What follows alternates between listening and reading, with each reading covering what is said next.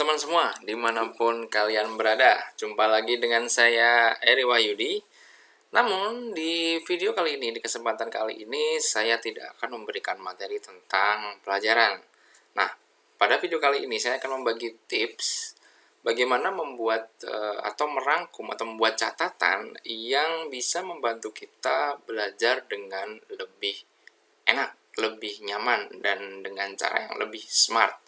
Namanya Cornell Notes. Nah, ternyata mencatat atau merangkum itu kalau kita organisir dengan baik atau dengan teknik tertentu bisa sangat membantu kita dalam belajar. Gimana caranya? Yuk kita ikuti video tentang Cornell Notes, membuat rangkuman materi secara smart. Apa itu Cornell Notes? Konsepnya adalah membuat catatan dengan cara yang terstruktur berdasarkan layout yang dapat membantu mahasiswa dalam belajar. Desain Cornell Notes memiliki tujuan spesifik yang bermanfaat dan membantu pada saat mahasiswa mencatat maupun saat menggunakannya dalam belajar. Nah,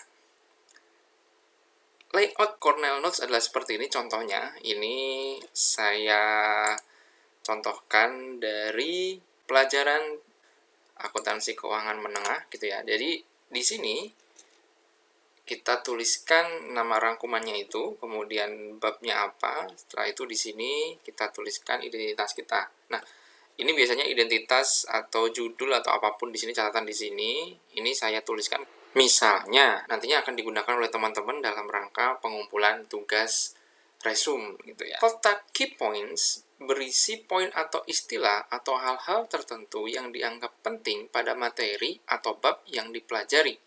Dan di sini ditulis secara singkat. Nah, dalam tabel atau kolom key points nanti kita menuliskan misalnya kayak poin-poin yang penting gitu yang perlu di-highlight, misalnya pengertian hutang jangka panjang. Kemudian kalau ini kita belajar akuntansi ya misalnya seperti itu.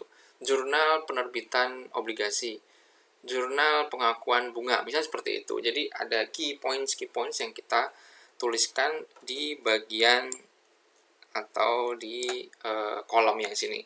Sementara itu di bagian notes itu adalah yang berisi deskripsinya. Jadi key points kita tulis di sini dan kemudian deskripsinya kita sampaikan di sini, yaitu penjelasannya atau materi, atau bisa juga diisi dengan gambar untuk memperjelas. Nah, ini merupakan misalnya contohnya ya. Jadi dalam satu kertas, kemudian kita bagi kolomnya dan kita isi di sini adalah key points-nya dan ini adalah penjelasannya. Di sisi kiri kita tuliskan poin-poin penting gitu ya, seperti sini. Misalnya pengertian utang jangka panjang. Dan di sisi kanan kita tuliskan penjabarannya, materinya, atau penjelasannya dari key points ini. Gitu. Dan ini dilanjutkan kemudian misalnya dengan jurnal penerbitan obligasi, lalu di sini kita nanti tinggal tuliskan jurnal penerbitannya seperti apa. Nah, dengan Cornell Notes ini, misalnya kita udah jadi nih catatan seperti ini sangat membantu kita dalam belajar. Contohnya gimana?